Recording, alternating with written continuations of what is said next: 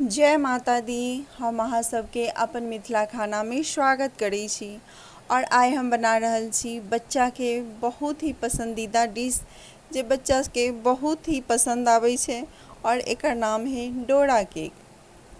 Dora cake अहाँ के सबके बच्चा हो बड़ा हो सबके पसंद है और हेल्दी भी होइ छै। अहाँ के झटपट बन के तैयार भ जाइ छै। लंच बॉक्स में भी अहाँ बच्चा के द सकै छिए और ई डोरा केक बच्चा के बहुत ज़्यादा फेवरेट है। तो एहि के लेल अहाँ हमर पूरा वीडियो देखू और बना के बच्चा के खिलाओ। तो हम आधा कप गेहूं आटा ले लिए और आधा कप मैदा आटा। अहाँ चाही तो पूरा 1 कप गेहूं आटा के भी बना सकै छी या फिर मैदा के भी बना सकै छी। 1 कप हम चीनी पाउडर ले लिए, सबटा के हम अच्छी तरह छानि लेलिए। 1/4 कप हम मिल्क पाउडर लै छी, एकरो हम अच्छी तरह छानि लै छिए।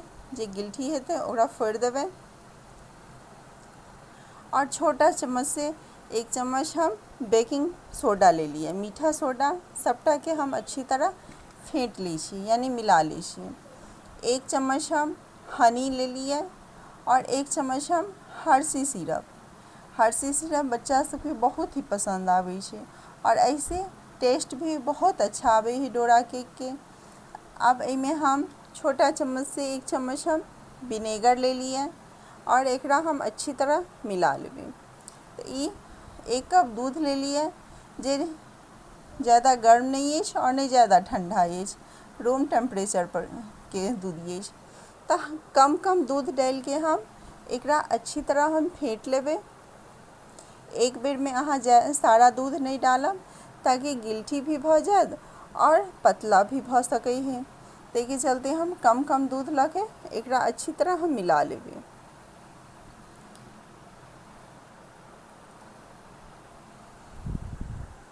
ई डोरा केक बहुत ही अच्छा लागे छै। जब बच्चा सब डोरोमन देखे छै सीरियल तो अवश्य माँ के कहलक मम्मा हम डोरा केक खाएब, डोरा केक बनाओ। तो अहाँ झटपट बना के बच्चा के खिला सकै छी डोरा केक। तो देखियो एकरा हम कम दूध डाल लिए और अच्छी तरह फेंट ले लिए। जेना केक के बैटर होइ छै वह ढंग के बैटर एकर होना चाहिए, नहीं ज़्यादा गाढ़ा नहीं ज़्यादा पतला। देखियो कते नीक घोल तैयार भ गेल आ एते दूध बचि गेलै। ई दूध के अहाँ राख लिअ। अब एकरा हम 2 मिनट 3 मिनट और अच्छी तरह फेंट लेबै और फेंट के आप तावा पर बनाओ। तो कोई भी तावा पर बन के इजी से बन जाइ छै। तो हल्का हम घी डाल देलिए और एकरा हम पोछि देलिए ताकि तावा पर चिपके नहीं डोरा के। अब एहि पर हम बैटर 1 कप डाल के एकरा हम मीडियम ताव पर ढक देबै। ढक के अहाँ 2 मिनट ढकियो और ओहि के बाद उल्टबियो। देखियो कलर कते नीक आबि गेलै एकर। फिर हम 2 मिनट एहि साइड से भी हम ढक देबै ताकि अंदर तक पक जेतै और कांच नहीं रहे। यह ढंग के हम सारा डोरा केक बना लेबै और बनबै से पहले हल्का हम पानी के छींटा डालबै तावा पर और ओकरा पोछि देबै और फिर दोसर बैटर हम डालबै। यह ढंग के देखियो 7 गो बन के तैयार भ जाइ छै और सारा हम बना लेबै।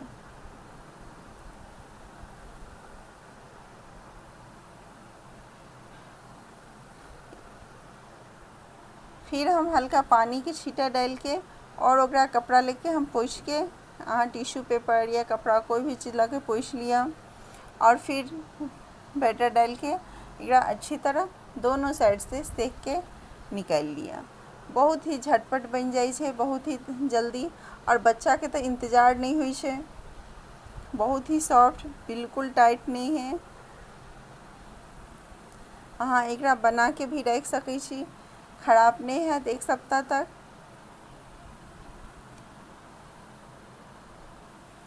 देखियो ओते बैटर से 7 गो डोरा केक बन के तैयार भेल ये। अब ए डोरा केक के हम बीच से काट के हम दिखबै छी।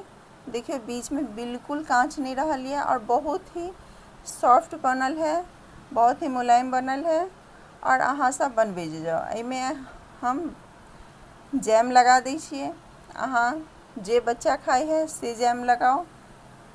और एकरा हम एहिमे अहाँ फल भी डालि सकै छियै, केला डालि के अहाँ लपेट के बच्चा सबके खिला सकै छी। एहि ढंग के बच्चा के खियेबै, बच्चा के बहुत ही अच्छा लागत। अगर ई रेसिपी अहाँ के अच्छा लागत तऽ हमर मिथिला खाना के लाइक शेयर सब्सक्राइब अवश्य करब।